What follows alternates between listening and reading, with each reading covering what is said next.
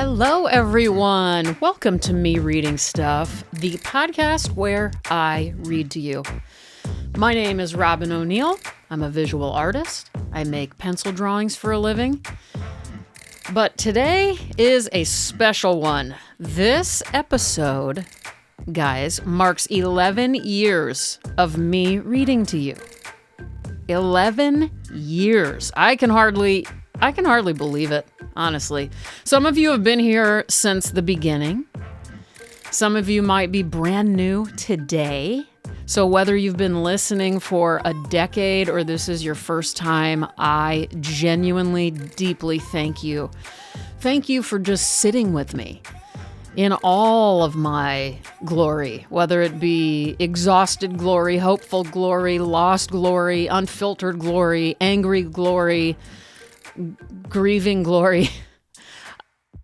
I mean, when I think of the things I've been through openly on this show for 11 years of my life, it's kind of blowing my mind right now, you guys. I mean, and I haven't hidden much from you all at all. I mean, that is one turnoff of this show, is that I really do share it all, for better or worse, right? But, I mean, I don't know if I told you guys about Damien right away. I think some of it was a mystery, but for the most part, you guys were along for the ride. The good years, there have been great years too, very inspired years, you know? But I went through the hardest years of my life with you guys on here, starting with my divorce, and then continuing on to, my 2023 nervous breakdown. Massive nervous breakdown. I cannot explain to you enough how bad it was. I fear I've never explained it properly, and it's kind of driving me crazy because I want you guys to really know what went down in 2023. But, it was I was hallucinating things just from experiencing, I don't know, PTSD, honestly. It was just very scary, but I was with you guys during most of it. And then heart surgeries last year. And, just good things with Damien, me becoming a step parent, becoming a parent for the first time. Anyway, but mainly, as you know, and I feel like I've said this phrase before, but mainly I'm just experiencing with you guys and sharing with you guys how difficult I find being a human being is. And we're just all here figuring out how to do this while we're on planet Earth. And we gotta be there for each other in whatever way we can. I am not going to be your girl who's going to the parties with you. I am not going to be the girl who's going to the club with you. I am not going to plan girls' trips. But I am going to sit here and share things that I think might resonate with you. I'm going to share them with you. And I'm also going to just love on you guys. Tell you how cool you are. Tell you how nice you are. Tell you how unique you are. I just love it. And somehow you guys have stuck around. So that means more to me than I can say. So today, we are doing what we always do, but there's a little extra love and gratitude in here. And no matter what kind of day you're having, I've got you. I got you. All I want to do is keep you guys company. And I do want to read to you as well. So, let's do this.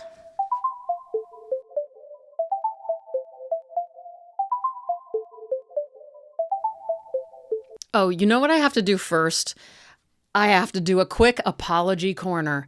This is the segment of the show where we occasionally have to apologize for something. And today, I'd like to apologize because I don't know if it was last episode or 2 episodes ago, or if it was just every recent episode, or God forbid, maybe it was every episode, all 413 or whatever it is now, episodes. Maybe this always happened, but you guys, when I was editing, I couldn't believe how disgusting I sounded. Here's what it sounded like. It sounded like the entire podcast, I was just deciding to eat my food along with try to record and talk. And that was really gross. And in the times where it didn't sound like I had a peanut butter sandwich or a tater tot casserole or whatever banana, like a mushy banana in my mouth or something, I don't even want to, I don't know. It sounded disgusting. It sounded like I was drinking 15 fluids and eating the entire time. And I hated it. And I don't know what was going on. I mean, I do remember I had a snack. I don't know if it was a pretzel type thing, some little snack. And I'll never do that again. I remember it sitting out here. I wish I could remember what it was. But anyway, so sorry that was gross. And I love you. Oh, and also, speaking of apologies, another thing happened. Thank God for Damien, because the other day he came in after listening to my podcast, which, by the way, he's always the first person to listen to the podcast. I mean, I don't know that for a fact, but he does listen to it the second he sees it hits. He's on top of that shit immediately. It makes me feel so good. And anyway, so he came in and he always does give me a compliment and cites a specific of what he liked about it. Very considerate, very kind. And so anyway, he came in, he's like, I loved this episode. And he said something cool about it. And then he goes, however, I do need to tell you, I don't know what's going on, but suddenly you have ads in there and they come in the worst spots. He said that all of a sudden the podcast felt like it was like 75% ads and that they would interrupt me when I was in the middle of a sentence like this. And then when Billy died, so not where it's supposed to be. It wasn't exactly intuitive where they were sticking them in. Okay. My apologies. I didn't mean to do that. I don't know how I did it, but I then talked to Podomatic, who publishes the podcast, and they took them all off. I don't think you'll hear them anymore, but if you heard them, that was just a mistake. It was a technical glitch. We fixed it. Thank God for Damien for explaining that to me, and then I was able to fix it. God, it made me so upset to think about you guys listening to it like that. So don't worry. We're back to normal. Okay, I think that's all the apologies. Let me get right back to you with an answer corner.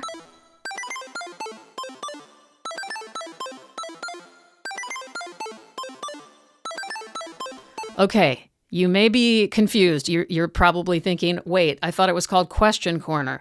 It is called Question Corner when I ask you questions, but Answer Corner, which I don't do very often, but I want to start doing, is when I answer your questions. So over the past couple of months, I've been collecting the questions that I've been getting, mainly in email or on, people message me through my website. Whoops, hold on. Let me grab something. And so what I did was I copied and pasted every question, printed them out, triple spaced between them so I could cut with scissors each question and the person's name. And then I did, you know how you like put little pieces of paper in a hat and they're folded in half, the pieces of paper, and then somebody gets to choose the winner, or, what are those called? Raffles? It's kind of a raffle of questions. So everybody, they're equal opportunity. This is all luck of the draw. I promise I don't know which ones these, are going to be. So, all right, here we go. And by the way, oh my God, this wasn't a question. It just says Answer Corner on it. It obviously was the heading to the thing to the document I made, and I didn't notice that I thought, I don't know. You know what I'm saying? Anyway, that is not a question. And another thing I want to say before I pick another one, a lot of you guys were talking about imposter syndrome. And I feel like, didn't I already address that I've never understood imposter syndrome before on the most recent Answer Corner? I swear that was another question or two where you guys ask a lot about how to get through imposter syndrome. And I, honest to God, do not understand imposter syndrome. It's like if you asked me to suddenly explain to you something about Russian grammar. And I'd be like, you kidding me, fool? I don't know. I barely speak English right now, okay? I can barely do that. But yeah, this imposter syndrome, I got to get to the bottom of this with you guys because I just don't have it. I just don't get it. To me, I'm like, yeah, I was born for this, bitch. Truly. I just, it's not even like a boast or anything. I think it's just, a lot of artists are just delusional, you know? I think I'm, in a very positive way, delusional enough or stupid enough or like clueless enough to just, I've never questioned it. I wanted to be an artist. I became one. End of story. It's really kind of that basic. So imposter syndrome, to me, I'm just like, I just don't get it. And even when I try new things too, I'm like, you know, I'm about to start publishing stuff. I don't have imposter syndrome. You know, I don't think, oh, what is Penguin going to think about me? Or what is New Directions going to think about this? Like, oh, I'm not New Directions, so why am I even trying this? I just don't think like that. I'm like, yeah, the world needs miserable Hawaii books from me. I can feel that. I know that. I trust that. Does that make sense? All right. Now, let's do this. It feels like playing bingo or whatever. I don't know. Whatever the games are where you reach into a hat and pick something. Okay, here we go. From TJ. On a scale from 1 to 10, 10 being almost dead, how tired are you right now? Okay. TJ. TJ's being funny. If you're new, you may not know this, but I ask that question probably every episode or so, you know? On a scale of 1, I say it my way. I think I say on a scale from 1 to 10, 10 being the most exhausted, how tired are you? Or I probably said it all sorts of ways, but you know, TJ, thank you for asking me that back because I love talking about my exhaustion. I always say I was born tired. That should be my new t-shirt. Oh my God, that's a great idea, isn't it? I was born tired t-shirts. Let me write that down. Yeah, you know, I really was born tired. I've been tired my whole life, and I really do. I suffer from very serious fatigue, and I go to doctors about it all the time and, you know, get off of meds and on meds that might help me. And, you know, I'm not allowed to have caffeine because of my heart. So I am right now at an 8.13, okay?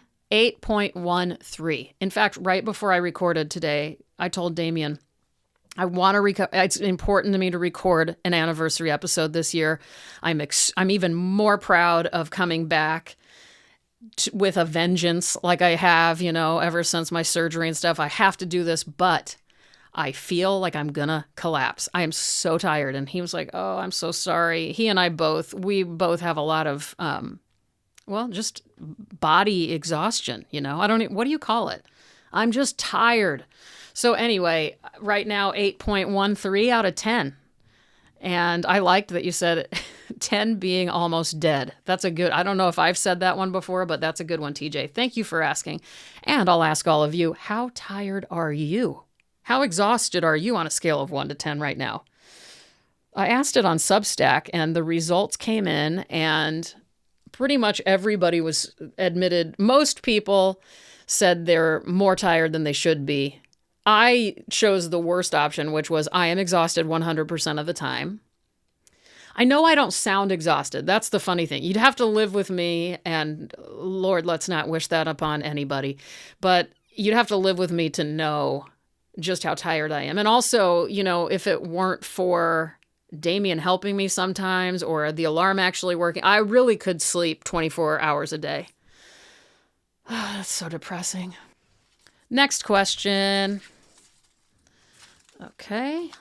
This one says, from Marcus, as a self-employed artist, how do you handle the financial ups and downs? Any practical advice for someone who's bad with money? First of all, Marcus, guess what you're good at? Asking good questions.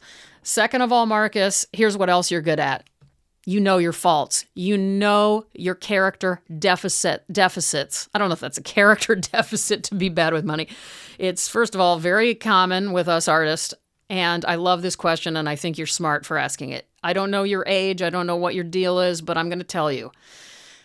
Here's how I would recommend handling the perceived and soon to be reality at some point in your life, because it happens to all of us, financial ups and downs. It's just a roller coaster. We don't get into this for security. We do not get into, us artists, we don't kind of like think, you know what a good idea is, money-wise anyway, to try to be a visual artist. Doesn't that sound like a great plan, everybody? Draw some things and paint some things for a living. Yeah, nobody is looking at you like that's a smart one. So before I start talking endlessly about all that I could say about the topic of money, and you guys, I should do a part 2 response to Marcus here, but let me rein it in a little bit and just give you what I think will be the very simplest advice and the truest advice I could ever say.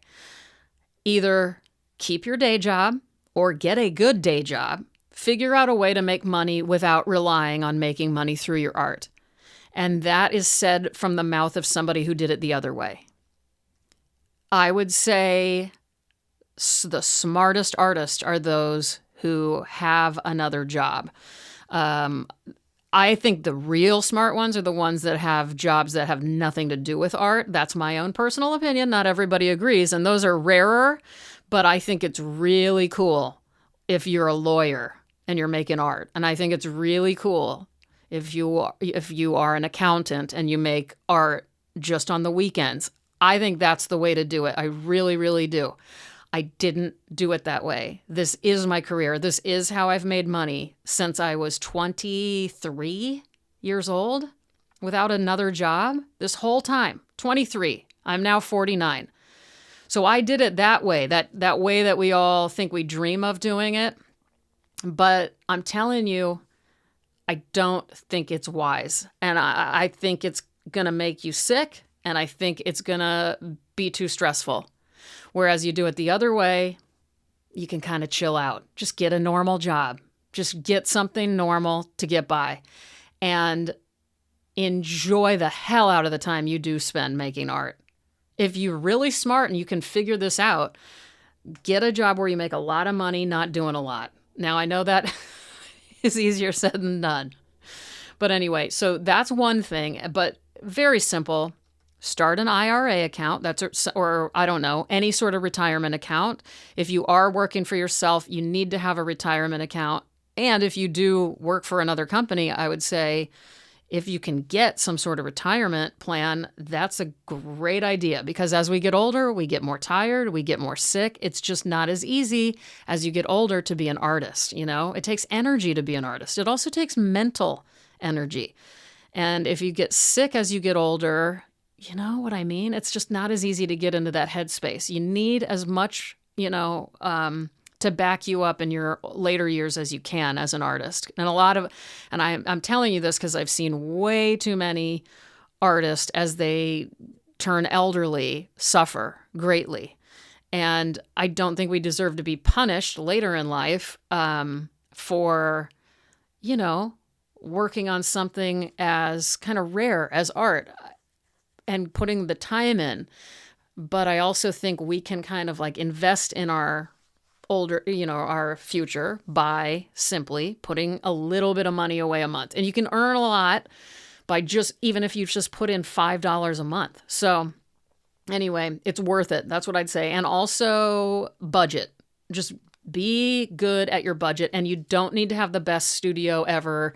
You don't need to have a studio made by an architect that people think are cool in LA or whatever. You just work in your closet, work in your garage, work on your kitchen table. All of my large drawings were made in second bedrooms of houses. I've pretty much never had a real studio. I did for a little while, and I ruined it. I'll be honest with you. But I've always just worked in little bedrooms, and you can too, and it'll save you a lot of money. So I guess all my advice is just extremely boring, practical advice. Retirement. Retirement is the big one. Budget and retirement. And whatever else I said, I forget. Okay, next one. Am I going on a little bit too long? If so, I'm sorry. This one is from Grace, and it says, your vulnerability on the podcast feels so rare. Are you ever scared that being that honest will push people away instead of drawing them closer? Oh, wow. Well, first of all, thank you. I love it when people notice my vulnerability or compliment me on that. That's really nice because it's truly not me. I don't mean to be that way. In other words, it's just like my God-given way. This is just how I've always been. I'm not, for whatever reason, not afraid to just kind of say what I'm thinking. It's gotten me into trouble, and it's pushed people away, and it can be off-putting, and some people look at me like I'm insane, and it hurts my feelings. But I really don't care, and I also kind of can't help it. So this is a little bit, I don't know, maybe I've said this in many different ways.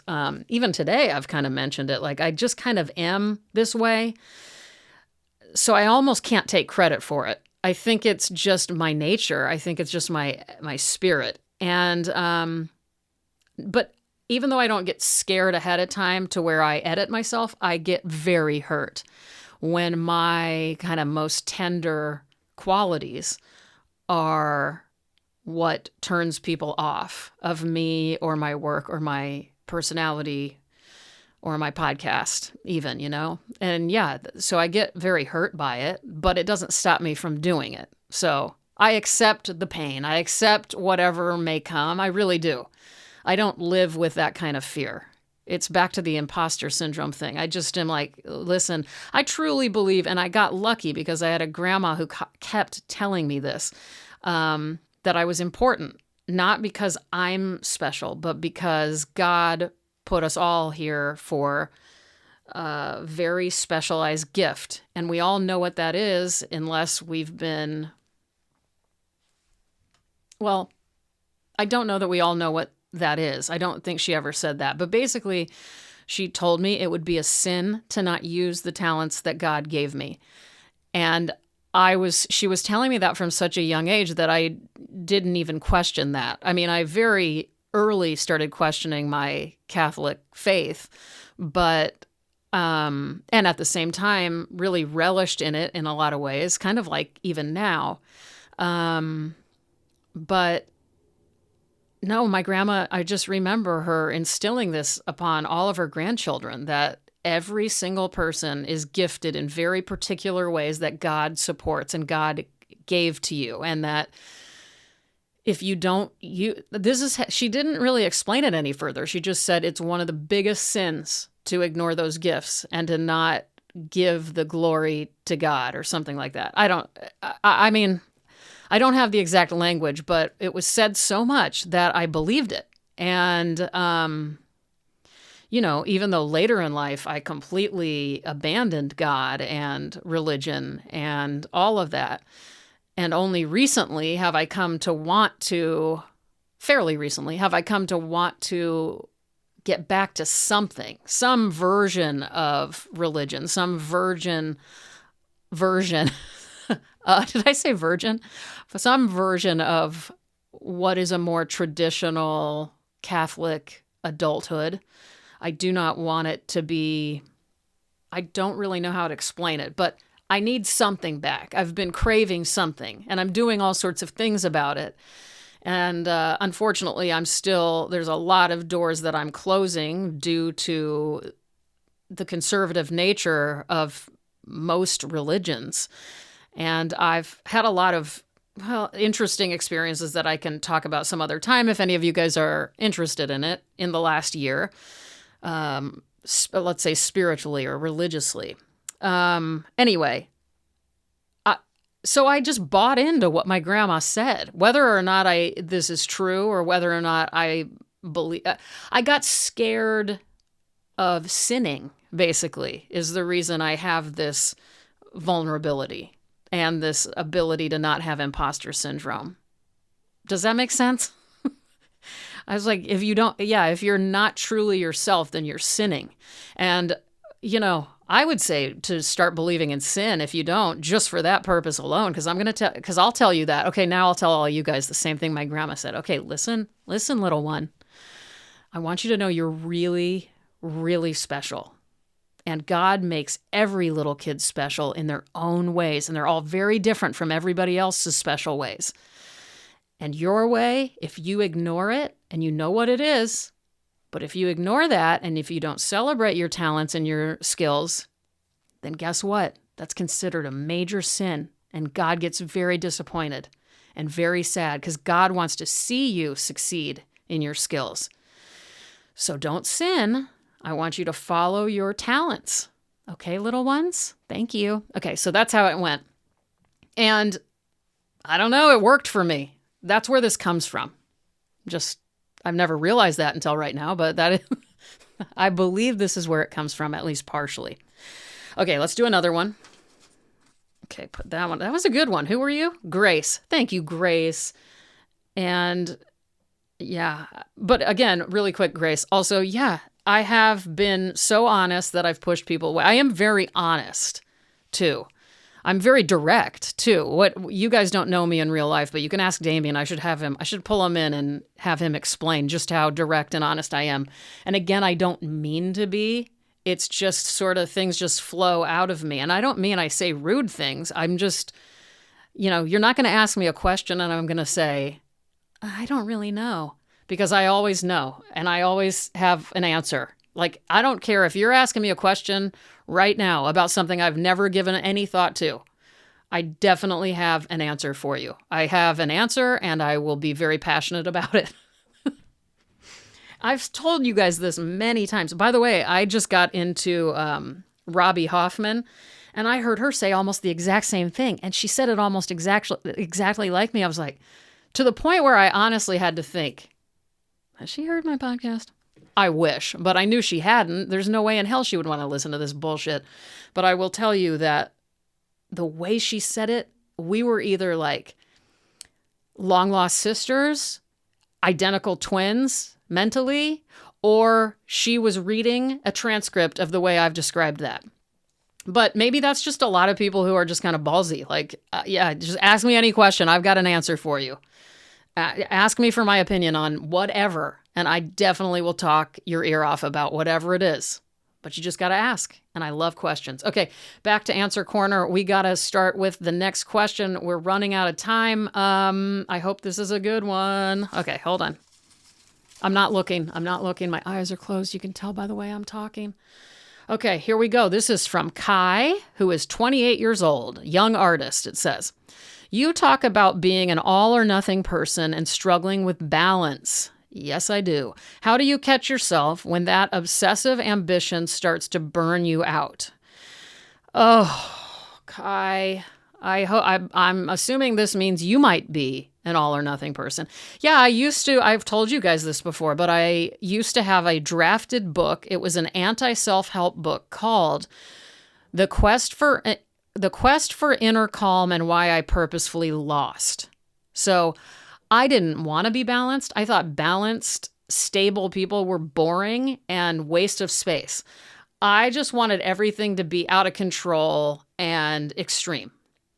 I'm a very extreme person, and I do suffer from obsessive compulsive disorder and have my entire life in pretty severe ways, actually. And I don't talk about it all the time. And in fact, when I talk about being obsessive, I mean what the kind of obsessive I'm talking about there is usually something very meaningless compared to the real deal condition that I have. But, and I'm both, because I'm also just kind of like in that very basic way of like, I'm obsessive. If I'm into one actor, I am only into them and I only see them for 3 months. And then I move on to somebody else. I mean, I get just very obsessive in that way too. But so anyway, all or nothing person. Yes, I am. Yes, you probably are too, Kai. I don't mean to diagnose you, but the way I catch myself now, I'm going to talk about the healthy me now who does catch it. I used to thrive on it, and it was like an addiction to be in that nonstop. Everything's extreme. We're gonna only sleep 4 hours a night. We're gonna only eat this every single day. We're gonna only work with this same mechanical pencil. Okay, now I'm not doing that. I'm very balanced. I work with colored pencils. I work with graphite. I work with powdered graphite. I work with watercolor. I work with gouache. I don't care anymore. I'm open. I am not all or nothing. I now have a balanced day-to-day life. I go to the gym. I take a walk every day. I eat more balanced. I don't do these long, crazy hours. So anyway, but when I sometimes feel it coming back. During my website, I felt it coming back. I may have mentioned that to you guys. And The way I catch it is, how do I say this? Let me hit pause and think about this for 1 second. I've never done this mid-question, but I really do want to give you a good answer.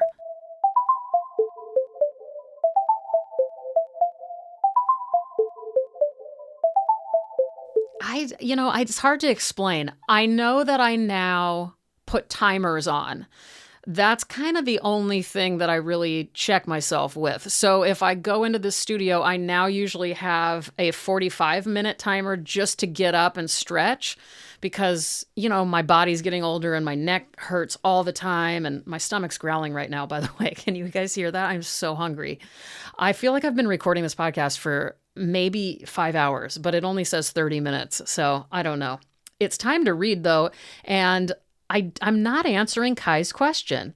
I know that I just try to prevent it ahead of time. So I'm giving myself a pretty harsh schedule lately where like certain hours in the morning are administrative duties, just basically being on the computer, emailing people back, doing my bills, whatever that is. And then really regimented like lunch hour and then 2 hours in the studio and then 1 hour to write and then 2 more hours in the studio after dinner or whatever. And then when that alarm goes off after the 2 hours at like, let's say 9 p.m., whereas 9 p.m. was so early for me in the old days, I would usually stay up almost every night till 2:30 or 3:30 working in my studio every single night. For years, for a decade plus. So anyway, now that alarm goes off and it's a non-negotiable. I go, that's it. I'm going to bed and now I'm going to read in bed in peace. Now I'm going to put some lavender on these sheets. Now I'm going to brush these beautiful teeth. Did I just rhyme? I don't think so. Kai, I love you. You're 28. It says, and maybe you're an all or nothing person. You know what? I'm going to keep thinking about this question. And I'm going to put it back in the pile, Kai, because I have a feeling as I think about this, I actually will have a better answer for you. You can almost hear my brain working. Like I really do want to have a better answer. So anyway, I think that's all for Answer Corner for this segment, everybody. Next, we're going to read. And guess what we're going to read? We're going to read what I read on the first ever episode of this podcast.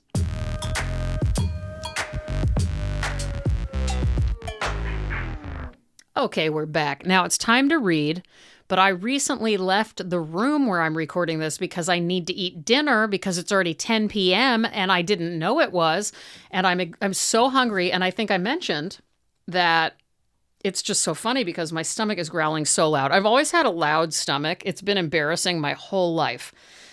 And if I sense that this is just too distracting, then I will just have to wait until after I eat my dinner. But right now it's in the oven. And I will start this out by saying, yeah, this is the last time I want my stomach to growl because I'm going to be reading. And today we're reading a very special poem from the first episode of Me Reading Stuff. This is the poem that inspired the idea of me reading stuff. I've told the story before, but for you newcomers, I'll try to make it brief. I have always loved reading out loud. I love memorizing passages of books. I love memorizing poems from beginning to end. It's just always been a passion of mine since I was a kid, and I love reading out loud. I was always the weird kid who was actually excited to get called on to read, and I don't know. I like being read too. I just love the act of reading to others, though. And so, long story short, I decided when I first read the Wallace Stevens poem, The Man on the Dump, that I wanted to share it with somebody. And so I did. I shared it with my friend Eva. And after I shared it with her, the voice note that I left her, I've been sending voice notes to friends as opposed to typical text messages for a long time. I started with the first voice app on one of the first iPhones. And that was a long time ago. And it's always been my preferred method to communicate with others because I'm usually drawing. And so it was easy for me to just record myself while I would draw. And good way to return people's emails and, text messages to just talk with them. And so anyway, when I recorded my reading of The Man on the Dump for Eva, and it had something to do with her. Either she's the one who told me to read it, or now I'm forgetting the details. I'll have to go back and remember, but I suddenly had the idea. I was like, I want to do this like a show and tell. Every week, I want to read to people. And so it started, and it was always something under 5 minutes for a long time. And I did it twice a week in the beginning. And anyway, but I started because of The Man on the Dump. It gave me the idea for this podcast. So anyway, that's what we'll be reading today. It's The Man on the Dump by Wallace Stevens. This is from the Collected Poems of Wallace Stevens. It was first published in 1923. The version I have is from Alfred A. Knopf. It's from 1990. And I will put a link in the description so that you can see exactly where you can buy this book if you want it for yourself, if you don't already have it. By the way, I really firmly believed my book was stolen today. I couldn't find it anywhere. And for a while, I was believing that someone broke into my house, didn't steal any TVs or electronics or computers, just stole the Collected Poems of Wallace Stevens. But guess what? I found the book. But for a while, I was like kind of mad and really thinking somebody stole it. And I was just also thinking, well, I don't know. That's the kind of criminal I can get down with, you know? If you're in an entire house full of all sorts of things you could steal and you choose the Wallace Stevens book, I love you. Okay, but this is, back to serious. This is one of my favorite poems of all times. Whatever. My words are not working right now. I'm so hungry. Let's see if I have enough time to do this. Yes, I do, before I go to the oven. Day creeps down. The moon is creeping up. The sun is a corbale of flowers. The moon blanch places there. A bouquet. Ho, ho. The dump is full of images. Days pass like papers from a press. The bouquets come here in the papers. So the sun. And so the moon. Both come. And the janitor's poems of every day. The wrapper on the can of pears. The cat in the paper bag. The corset. The box from Estonia. The tiger chest for tea. The freshness of night has been fresh a long time. The freshness of morning. The blowing of day, one says that it puffs as Cornelius Nepos reads. It puffs more than, less than, or it puffs like this or that. The green smacks in the eye. The dew in the green smacks like fresh water in a can, like the sea on a coconut. How many men have copied dew for buttons? How many women have covered themselves with dew? Dew dresses, stones, and chains of dew. Heads of the floweriest flowers dewed with the dewiest dew. One grows to hate these things, except on the dump. Now in the time of spring, azaleas, trilliums, myrtle, viburnums, daffodils, blue phlox. Between that disgust and this, between the things that are on the dump, azaleas and so on, and those that will be, azaleas and so on, one feels the purifying change. One rejects the trash. That's the moment when the moon creeps up to the bubbling of the bassoons. That's the time one looks at the elephant colorings of tires. Everything is shed, and the moon comes up as the moon. All its images are in the dump, and you see, as a man, not like an image of a man, you see the moon rise in the empty sky. One sits and beats an old tin can, lard pail. One beats and beats for that which one believes. That's what one wants to get near. Could it after all be merely oneself, as superior as the ear to a crow's voice? Did the nightingale torture the ear, peck the heart and scratch the mind? And does the ear solace itself in peevish birds? Is it peace? Is it a philosopher's honeymoon one finds on the dump? Is it to sit among mattresses of the dead, bottles, pots, shoes, and grass, and murmur aptest eve? Is it to hear the bladder of grackles and say, invisible priest? Is it to eject, to pull the day to pieces and cry, stanza my stone? Where was it one first heard the truth? The.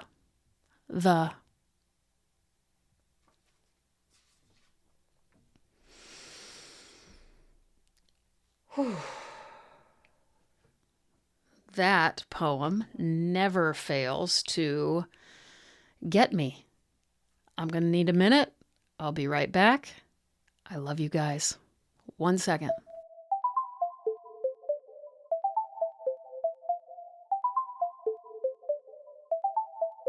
Well, that's it for this week, my friends. If you want to communicate with me, you can email me at info@robynoneal.com. You can reach out via Instagram. In the comments, I think my messages are turned off. I can message people who I've already messaged before, but I think I turned that function off. So, because we all can only have so many inboxes, I cannot check 10 million inboxes. How do people do that? It's just insane to me. Along with a text message, you've got to check it all. So anyway, I may open it up again. I don't know. But I love when you guys respond to me in the comments of my Instagram posts. I've said it before. I'll say it again. Even if you're commenting under something that has nothing to do with what you're saying to me about my podcast. If I post a photo of a horse I once met and it has nothing to do with this podcast, still, just comment under the horse. It makes me super happy. I don't know why. It just does. Where else? You can find me on Substack. You can look at my website, robynoneal.com. I also have a shop on the website where you can buy pillows that I have hand crocheted and embroidered. You can also find books, all of them signed by me, my books, other things, really fun stickers with some of my newer drawings. Also some old ones, but I just did a new one. All right, anyway. 11 years, you guys. 11 years. I still cannot believe I've been rambling into this microphone for this long, reading to you guys for this long, kicking out imagined racists and bigots for this long. Thank you again for being here with me through all of it. It's been a lot, and I love it all. I really do. If you're new here, welcome to the podcast, and thank you for trying me out. If you've been here since the beginning, I don't know what I did to deserve that, but I'm ridiculously grateful. Let me take a breath. What do I want to say on this final moment of the 11th anniversary of me reading stuff?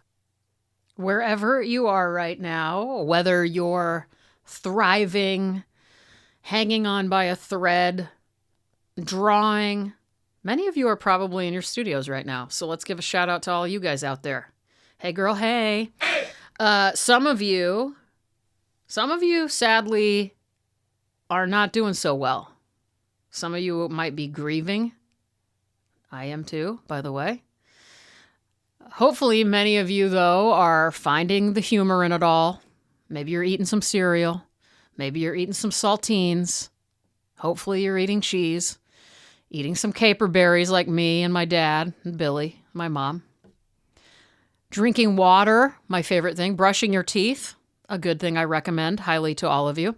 Anyway, I hope all of you feel a little less alone than you might have about an hour ago. You're doing more than enough. I love telling you that. In fact, you're kind of doing too much. Not like, oh, you're doing the most, like it is an insult. I mean, be easy on yourself. Go easy, easy, easy on yourself. I really want that for you. I want that for me. I want us all to know we're doing more than enough. Please, for the love of God. Now, get out of here. Go make something. Go sleep. Go rest. Go stare at the sky. Go eat something that you've been wanting to eat for a long time. You know what you could do? You could go tell someone you're in love with them. if you're in love with them. If not, maybe don't tell them that. But express love. And remember, I had something to say and I don't know what it was. But you know what? It's time to go. I'll be back next week, everybody, God willing. Until then, know that I love you.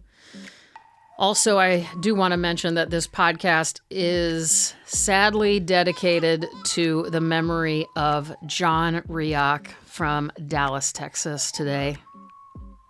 I've lost another friend, longtime friend, and somebody who was definitely one of my earliest supporters as an artist. And so I'm thinking about you, John. And I'm sorry I didn't get to see you one more time before you're gone. But anyway, I love you very much. We shall find peace. We shall hear angels. We shall see the sky sparkling with diamonds. That is Anton Chekhov. Keep dying. Keep writing it down. That's C.K. Williams.